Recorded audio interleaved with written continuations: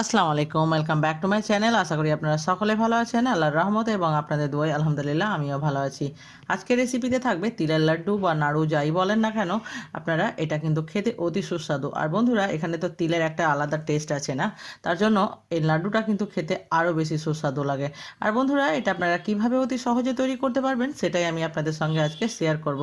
আর হ্যাঁ বন্ধুরা, আমার চ্যানেলে যদি নতুন থাকবেন তো চ্যানেলটাকে অবশ্যই সাবস্ক্রাইব করবেন এবং পাশে থাকা বেল আইকনটি প্রেস করে অল নোটিফিকেশান অন করবেন আমার ভিডিওটা সবচাইতে আগে পাওয়ার জন্য। তাহলে চলুন দেখা যাক। এখানে নিয়েছি আমি প্রায় 400 গ্রামের মতো তিল, এবং তিলের দানাটাকে আমি ভালোভাবে আগে থেকে বেছে নিয়েছি এবং পরিষ্কার করে নিয়েছি। এবার আমি একটা গ্যাসে কড়াই চাপিয়েছি, কড়াইয়ে দিয়ে দিব 3টে এলাচ দানা। এলাচ দানাটাকে হালকা গন্ধ বেরিয়ে যাওয়া পর্যন্ত নেড়ে চেড়ে নিব। তারপরে আমি দিয়ে দিব তিলের দানাগুলো। এবার এই তিলের দানাটাকে আমাকে চুলোর আঁচটাকে মিডিয়াম টু লোয়ে রেখে ভেজে নিতে হবে, হালকা সেন্ট বেরিয়ে আসা পর্যন্ত।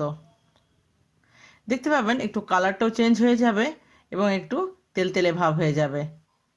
এই পর্যায়ে কি করতে হবে যে নামিয়ে নিতে হবে এবং অন্য পাত্রে একটা ট্রান্সফার করে নিতে হবে। এবার আমি সেম পাত্রে দিয়ে দিব সমপরিমাণ গুড়। বন্ধুরা, যে পরিমাণ তিল ব্যবহার করবেন সেই পরিমাণ অনুযায়ী আপনাকে গুড় ব্যবহার করতে হবে। তবে চিনি দিয়েও হবে, কিন্তু গুড় দিয়ে করলে বেশি টেস্ট আসবে। এবার এটাকে আমাকে গলিয়ে নিতে হবে।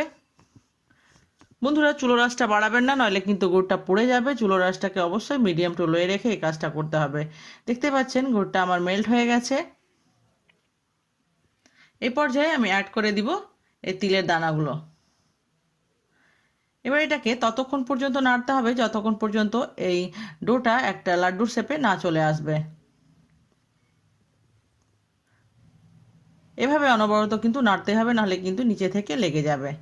এবার আমি আপনাদেরকে চেক করে দেখাই। দেখেন, এভাবে চাপলে কিন্তু এটা ভেঙে যায় না, একে অপরের সঙ্গে জোড়া লেগে যাচ্ছে। ঠিক এই পর্যায়ে আপনাকে গ্যাসটা বন্ধ করে দিতে হবে এবং অন্য পাত্রে ট্রান্সফার করে নিতে হবে। বন্ধুরা, এটাকে কিন্তু বেশি ঠান্ডা হলে দিলে হবে না, নাহলে কিন্তু জমাট বেঁধে যাবে এবং সেই পর্যায়ে থেকে যাবে। এটাকে গরম অবস্থাতেই লাড্ডু তৈরি করে নিতে হবে।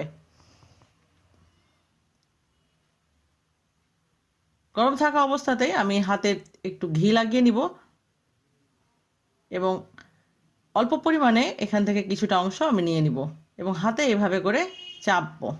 বন্ধুরা, এই পর্যায়ে কিন্তু খুবই গরম আছে, সেই জন্য আমি হাতে ভালোভাবে চাপতে পারি না।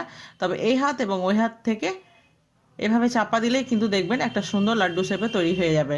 আর বন্ধুরা, আমি এভাবে কিন্তু সম্পূর্ণটা তৈরি করে নিয়েছি।